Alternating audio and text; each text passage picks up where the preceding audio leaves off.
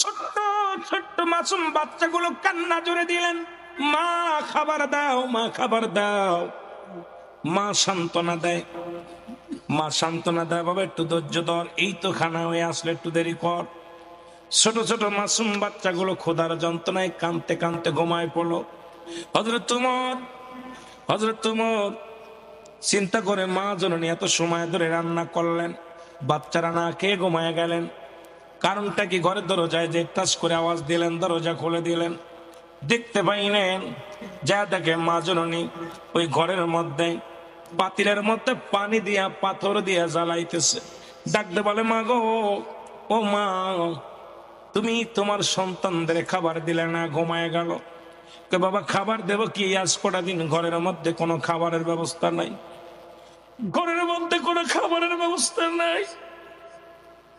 ছোট ছোট মাসুম বাচ্চাগুলো, আমার বিবি আমার স্বামী খাবার আনতে পারে নাই, খাবার জোগাড় করতে পারে নাই, আজ কটা দিন ঘরের মধ্যে কোনো খাবার নাই। শিশু সন্তানগুলো ক্ষুধার যন্ত্রণায় ছটফট করে, আমি মা হয়ে সহ্য করতে পারি না, আমি জনম দুঃখিনী মা।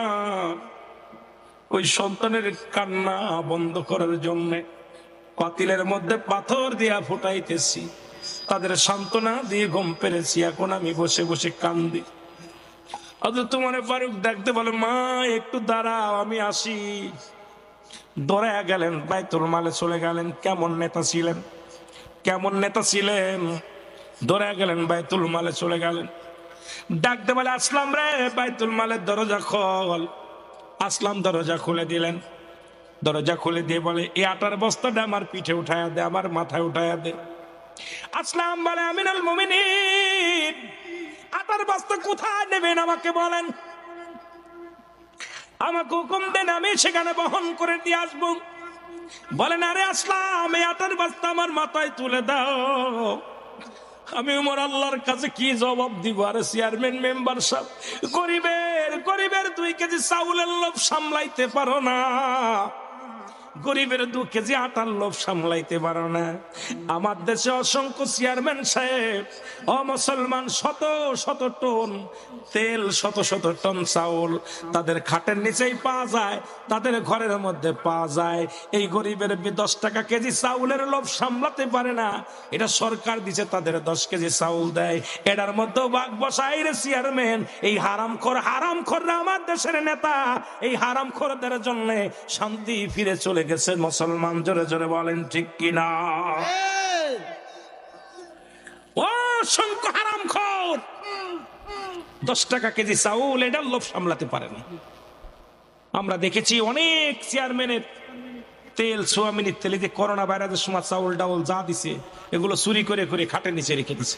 অসহায় মানুষের তারা টাকা বন্ধ চুরি করছে। এই সমস্ত বদমাইশ যদি দেশের নেতা হয়, 10 বদমাইশ গুলো ইউনিয়নের চেয়ারম্যান হয়, ওয়ার্ডের মেম্বার হয়, জাতি শেষ হওয়ার জন্য এরাই যথেষ্ট। জোরে বলেন ঠিক কিনা?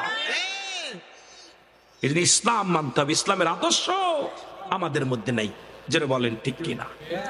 আমার ভাইয়েরা, আমার বন্ধুরা, আমার খলিফা হযরত ওমর ফারুক ডাকতে বলে, আসলাম রে, আটার বস্তা আমার মাথা উঠে দাও, কথা বলো না, আমার ঋণ শোধ করতে দাও, আমি আল্লাহর আদালতে ধরা পড়ে যাব। কি জবাব দিব? আমি আমার মাওলার কাছে কোনো জবাব দিতে পারবো না। আসলাম আটার বস্তা উঠায় দিলেন। আমিনুল মুমিনিন হযরত ওমর ফারুক আটার বস্তা মাথায় করে বহন করে নিয়ে আসলেন ঘরের মধ্যে। ডাকতে বলে, মা গো, তোমার সন্তানদের রুটি বানাই খাও, দেরি করো না মা, আমার দেরি হয়ে গেছে, আমি অন্যায় করেছি মা।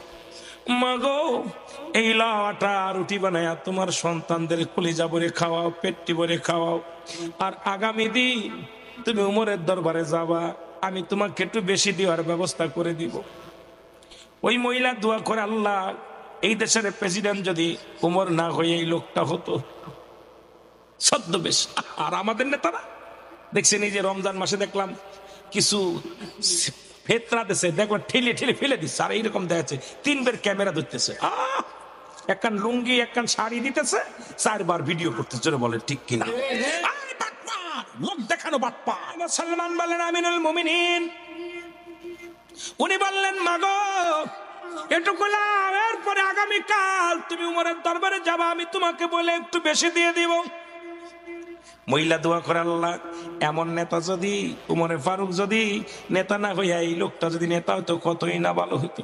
আল্লাহ সেই বড়া পড়ারে তুমি নেতা বানাইলা, যে বড়া পড়া আমাদের খবর নেয় না, যে বড়া পড়া আমাদের খবর নেয় না, খোঁজ নেয় না, আল্লাহ তারে কেন তুমি নেতা বানাইলা? এই লোকটা যদি বানাইতো, মা গো তুমি তার অভিশাপ দিও না, আগামীকাল যাইও। জোরে বলেন না সুবহানাল্লাহ। আমাদের মতো নেতা এই জুতার বাড়ি আগে তুই, আমি তো সেই নেতা। জোরে কোন ঠিক কিনা? কেমন নেতা কিন্তু তাকে গালি দেয়, মহিলা গালি দেয়, মিসকে হাসি দিয়ে বলে মা, কি বলে মা, ও মা আমার দেশে শাড়ি দিতেছে, দেখছি ধাক্কা মেরে দিচ্ছে এরকম কথা কই না, দেখছেন না? আমার দেশে এক মন্ত্রী দেখছি শাড়ি দিয়ে পিটাইতেছে এরকম, ধরে কোন ঠিক কিনা? আমার দেশের এক মন্ত্রী আমি নিজে দেখছি শাড়ি দিতে যায়, কইছে বাবা এই শাড়িটা বদলা, আরেকটা শাড়ি দাও, দুই মুখি দিলে এরকম বাড়ছে। ধরে কোন ঠিক কিনা? কিন্তু উমরে ফারুকরে বলে বাটপার, ওই বাটপারটা যদি নেতা না হয়ে আপনি হতেন কতই না ভালো হতো। উমর কামা গো তারে গালি দিও না, আগামীকাল যে আমি সেইতে বেশি চেয়ে দিব। জোরে কন্যা সুবহানাল্লাহ। কেমন নেতা? নেতা তো এরম নেতা দরকার। জোরে বলেন এরম নেতার দরকার আছে কিনা? আরো জোরে বলেন এরম নেতার দরকার আছে কিনা? এবার পরের দিন সকালবেলা ওমর ফারুক রাদিয়াল্লাহু তাআলা আনহুর মুসলমান রাজ দরবারে চলে গেলেন। যা দেখে গতকাল রাত্রে যিনি আটার বস্তা মাথায় লয়া, যিনি বাড়ির ভিতর বহন করে নিয়ে দেয়াইছে, ওই রাজ দরবারে যায় দেখে সেই লোকটাই বসে বসে মানুষের নালিশ নেই। মহিলা চোখের পানি ছেড়ে কান্দার বলে, আমিনুল মুমিনিন আমি আপনাকে চিনতে পারি নাই, কত কুটো কত বলে ফেলেছি, আরে আপনাকে আমি কত অপমান করেছি, কত গালি দিয়েছি, আপনি প্রতিবাদ করেন। খলিফা তোমার ফারুক চোখের পানি ছেড়ে বলে, মা আপনি তো আমাকে গালি দিবেন, আমি আল্লাহর আদালতে কি জবাব দিব? দেরি হয়ে গেছে, আমি আপনার সময় মতো খবর নিতে পারি নাই, সময় মতো আপনার আমি ত্রাণ দিতে পারি নাই, খবর নিতে পারি নাই। আমার আল্লাহর আদালতে আমার আল্লাহ যদি ধরে, আমি ওমর কোন রকম জবাব দিতে পারবো না গম্মা। আপনি ভুল করেন নাই, ভুল তো আমার ছিল, আমার আরো আগে যাওয়ার দরকার ছিল। জোরে জোরে চিল্লায় বলা যাবেন না মারহাবা।